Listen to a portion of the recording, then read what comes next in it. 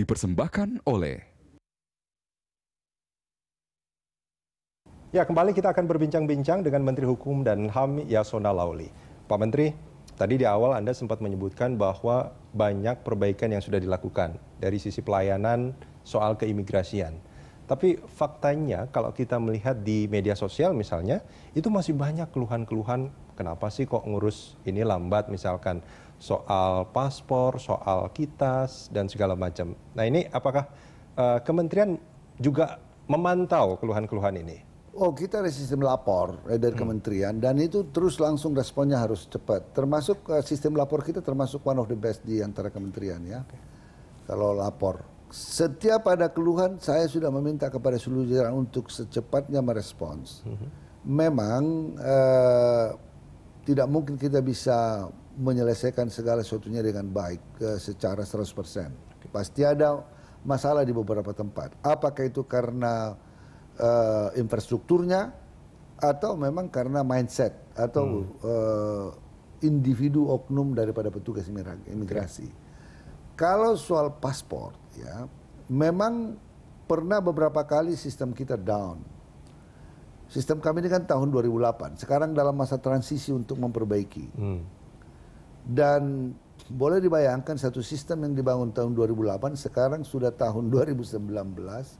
Loncatan permintaan pelayanan yang harus dilayani oleh sistem kami itu sudah tidak mampu lagi. Ya, ada beberapa sebab. Penambahan jumlah permohon paspor, yang berikutnya lalu lintas orang. Lalu lintas orang itu karena kita ini menjadi satu tujuan wisata dan sesudah zaman pemerintahan Jokowi ini kan terjadi peningkatan yang cukup lumayan. Baik yang keluar maupun yang masuk. Nah, mulai berapa tahun yang lalu karena kami kan tidak mempunyai cukup anggaran yang untuk sekaligus membangun sistem ini. Secara bertahap kami update sistem kami. Sekarang yang kami katakan restrukturisasi dan revitalisasi sistem. Itu ongoing dan saya harapkan tahun ini sudah selesai. Ya, sistemnya, hardware-nya dan software-nya.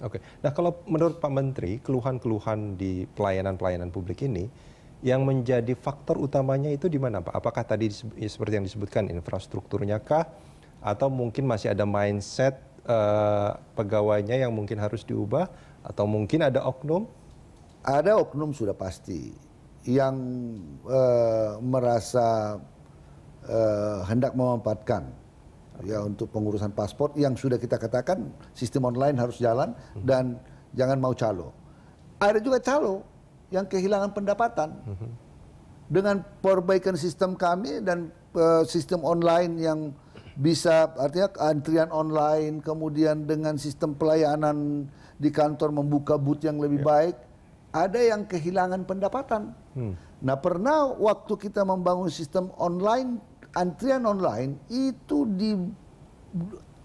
kami menemukan calon dan sekarang sudah diproses tindak pidana. Itu katanya penuh terus kalau 70.000 digojlokin ke dalam sehingga sistem itu hang. Wah, semua orang maki-maki kita. Kalau sistem baik dan orang antriannya tidak lama, saya berkali-kali datang dan ada AC di dalam, nyaman, ya, seperti nunggu antrian di bank misalnya, itu calo akan hilang. Dan beberapa kantor imigrasi kita sekarang ini, Medan contohnya, sudah termasuk wilayah WBK, wilayah bebas korupsi. Medan itu dunianya antah berantah. Dulu itu kantor imigrasi Medan itu pokoknya semua jenis calo di situ. Oh, ini Pak Menteri mengakui ini. Ya, sekarang clean. Sebaik Anda masuk di situ, SMS blast masuk. Anda memasuki imigrasi untuk mengurus paspor, ini persyaratannya. Ini tarifnya. Langsung dikasih tahu begitu dan tidak boleh lagi ada calo-calo di situ. Tidak akan pernah dilayani. Tapi ini kan bukan one night effort.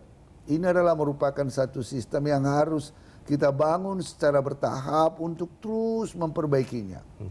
Kalau nanti sistem server kami yang ini sudah set dan softwarenya sudah semua tertata kembali dengan baik, revitalisasi kita yang berjalan baik, maka kecepatan itu akan terjadi. Sekarang aja sudah lumayan. Oke, artinya dengan apa yang sudah dicapai saat ini, Pak Menteri merasa bahwa ini sudah cukup memuaskan atau sebetulnya masih ada hal lain yang masih harus dari apa yang saya dapat respons masyarakat. Kalau 1, 2, 3 itu biasanya noise-nya pasti ada lah. Ada orang juga yang tidak punya kesabaran menunggu. Kalau saya buat contoh ya di migrasi. Kalau kita ke beberapa negara itu antriannya bisa panjang. Sabar aja kita. Tapi kalau di sini sedikit aja antrian, wah udah masuk medsos berlama-lama. Tapi kalau negara orang nggak ada. Artinya kan sekarang imigrasi kita bisa jauh lebih baik gitu. Jauh lebih baik. Nggak mesti harus mengikuti negara lain Iya, sebetulnya. saya setuju itu. Tapi artinya pasti ada yang... Nah, pernah sekali sistem down. Wah, antriannya panjang. Wah, ributnya ampun-ampun. Memang sistem down. Pernah juga sekali listriknya yang mati di yang Kasapura. Kita juga yang yang dimarah-marahi kan. Nah, tapi saya sudah katakan tenang. Jangan... Apapun kejadiannya kita harus merespons masyarakat dengan baik, dengan senyum. Ya, ini harus kita lakukan. Harus dijelaskan juga ke masyarakat. Tetapi boleh dilihat yang komentar bahwa paspor sudah semakin baik, kantornya semakin apik, kecepatannya. Tunggu kalau sistem yang server kami ini sudah semakin baik, ya, speed akan semakin baik. Nah, soal pelayanan imigrasi ini selain sistem online, apalagi sih Pak sebetulnya yang jadi kami banyak diubah di membuka kantor-kantor unit kerja keimigrasian. Jadi karena misalnya itu karena memang melihat ada kebutuhan. Satu kantor imigrasi bisa melayani 4 kabupaten kota, kadang-kadang 5 kabupaten kota dengan jarak yang jauh-jauh. Syukurnya kami ada beberapa kepala-kepala daerah yang bersedia memberikan fasilitas kantor kepada kami dan kami masuk di dalamnya.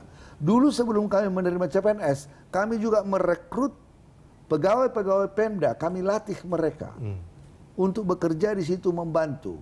Mereka bupati serahkan sama kita tempat, sama kantornya, sama perumahannya. Kita masuk, ada Pemda yang juga membelikan kepada kita, menghibahkan kepada kita komputer dan lain-lain demi pelayanan publik warganya. Kalau tidak, warganya harus pergi dari satu kabupaten ke kabupaten yang lain. Solo saja, kantor imigrasi Solo itu melayani 4 kabupaten kota. Solo, yang sudah tempat Bapak Presiden di sana. Nah, sekarang kita mau cari tempat membuat UKK di kabupaten yang lain. Supaya apa? Supaya terurai ini apa? Pak Menteri, kita jeda sebentar. Kita akan lanjutkan ini di segmen berikutnya. Pemirsa jangan kemana-mana, kami segera kembali.